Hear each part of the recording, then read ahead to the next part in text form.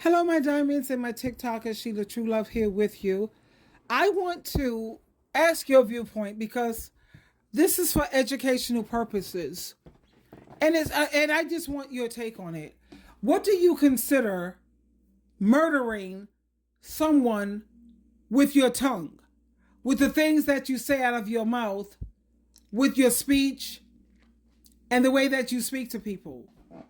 Because you have a lot of people who consider you telling them the truth and telling them what they need to hear opposed to what they want to hear. That's called murdering them with your tongue, or it's considered you're very disrespectful. You are abusive. You don't watch how you talk to people. And the first thing that comes to my mind when I hear people who speak like that is I keep thinking about, why did they kill Jesus Christ? Jesus Christ, who did nothing but speak the truth. And a lot of the people felt that he was murdering them with his tongue because he spoke the truth. And you have a lot of people in society today. You see, I'm from the baby boomer generation, where we understand that if it don't apply, then you let it fly. Or like water on a duck's back, you know how the water just falls off the back of a duck? And we know how to let it go. But we're living in a generation now where you can't say much of anything, because anytime you speak facts, truth, evidence, statistics, numbers, proof, you're abusive, you're disrespectful, you're murdering me with your tongue because you merely spoke the facts. And that's what I'm noticing about a lot of things, even on social media. Have you noticed? You can't even say anything without they call you. They want to pull your comment down, because I've seen many comments where, and have I had my comment taken down before? Yes, I have. And then, but at least they give you the option to appeal it. So you know me, I'm going to appeal it. Because I said, I read your policies. I read all of your guidelines. What did I say that you considered bullying? And then after I explained myself, they approved to re-put my comment, because I didn't say anything except for the truth. But I see a lot of people on social media who they have their comments taken down or their viewpoints taken down because they merely spoke the truth. You have people on social media, you look at them, you know damn well they should have been taken down. And yet they're still there. So when it comes to, you have all of these, and it comes from mainly adult children when it comes to their parents. Your parents are telling you things that you need to hear.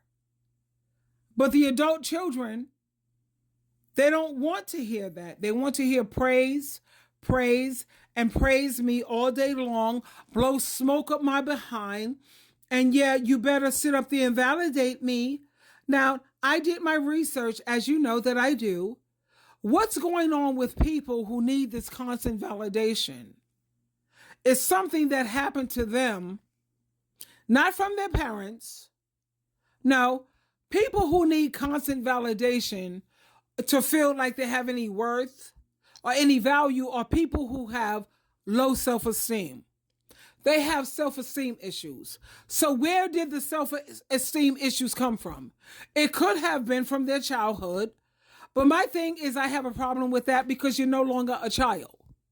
You can't keep blaming your parents so you don't have to take accountability for the choices, the mistakes, the decisions that you made. You thought you were so much better than your parents. And if that's the case, then okay. Don't make mistakes. Don't make bad choices. Don't make bad decisions, because you're better than your parents. 9 times out of 10, when I did my research, a lot of times it comes from what men, it's just what men have done to you.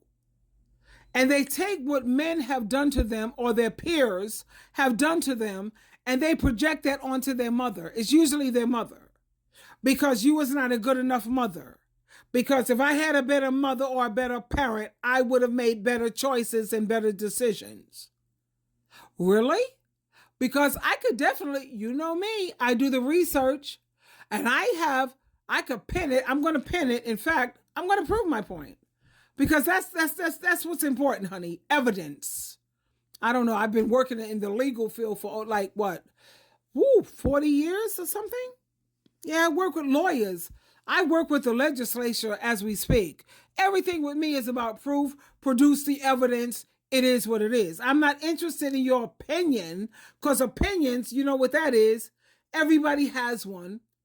And when you have an opinion, you have to be wise enough and intelligent. How about this? Mature enough to know that an opinion means that we can agree to disagree. However, from my background, I deal with facts. And I got facts that you have children, adult children, who had both parents in their home. Good parents. And how are you going to know that what I'm saying is true? Because you're going to hear it coming out of their mouth, the adult children's mouth. I had great parents. I had a great childhood, yet and still. They're on AML Films, Soft White Underbelly, Atlantic Stories, etc., etc. The best parents ever, Jehovah God, Jesus Christ. And look at how Satan the devil turned out to be the devil and the demons. Let's not forget Jacob and Esau. And what about, let's not forget Cain and Abel. They had both parents, same environment, same household environment. It's not about that, baby. It's about nature versus nurturing. And psychiatrists and psychologists are still arguing that to this very day. It's not about whether you're a great parent or what have you. If it's in a child's nature to be stubborn, oh God, I had one of the most stubborn daughters on the planet. If I say it's black, she'll say it's dark brown. If I say it's green, she'll say it's like emerald. If I say it's this, she'll say it's that. You know? It has nothing to do with whether you are an amazing parent or whether you were toxic or you had toxic traits or you did toxic things. Because I'm going to never sum it up that a whole parent was toxic through and through. It has nothing to do with that, because you look at how these adult children grow up and they'll put up with so much toxicity from a man, especially these women. They'll go up there. Don't take my word. Like I said, I base everything off of evidence. Go to divorce court. Check it out. It's right on YouTube. Go on For My Man. Go on Intervention. And look at how these women are willing to put up with so much toxicity when it comes to an outsider. He's not her flesh and blood. He's someone that she met around the way. But she'll throw away her own mother, her brother, her cousin, her father. What? That's your relative and your flesh and blood. You don't have no tolerance for that. But you have all the tolerance in the world when it comes to your flesh and blood. And then you actually expect people to be loyal to you and be, how you say, faithful? Why would they be faithful to you, sweetheart? What loyalty did you have? You know what? Reap what you sow. You know what that's all about? It is what it is. But back to my point, you have a lot of people who they don't want to have nothing to do with the truth, sweetheart. And just think about Jesus Christ. Like people destroyed him. They killed him merely because he kept saying things that they needed to hear and not what they wanted to hear. It is what it is. Twinkle, twinkle, twinkle.